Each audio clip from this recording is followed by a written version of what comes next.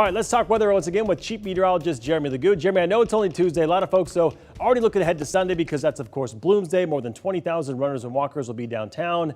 And how's the weather looking for that? Yeah, you know what, Mark? I'm even skipping the headlines. Let's just dive right in because things are actually shaping up to be pretty good. And the reason is we get a bit of a shift in our weather pattern and one of those storms winds up moving a little bit faster, and that makes a big difference.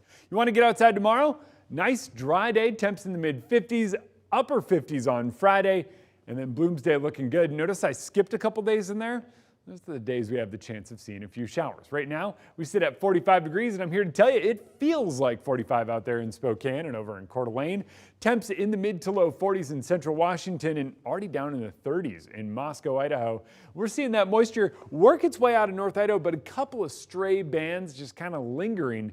And that's really about the extent of it. Tomorrow, we wind up seeing a little bit of moisture try to get itself together over the Palouse. You might see a light sprinkle. This picks up in intensity over the mountain passes, moves out tomorrow afternoon, tons of sunshine. I think with the lack of wind and all of the sunshine we're going to get tomorrow, mid 50s is going to feel markedly warmer than it did today. It's going to be that kind of different, despite the real only difference being that the wind dies down overnight and we get more sunshine. But seriously, wind basically becomes negligible overnight. And as that happens, we wind up seeing temperatures drop. Radiative cooling does its thing. And for that reason, we have frost advisories for places like the edge of Chelan County down into Moses Lake and Othello, because temperatures there are getting as cold as they are in eastern Washington and North Idaho, which are locations where falling down near freezing right now is somewhat normal, so we're not under that frost advisory, but that's exceptionally cold for those other areas. Temperatures climb into the mid and upper 50s tomorrow afternoon,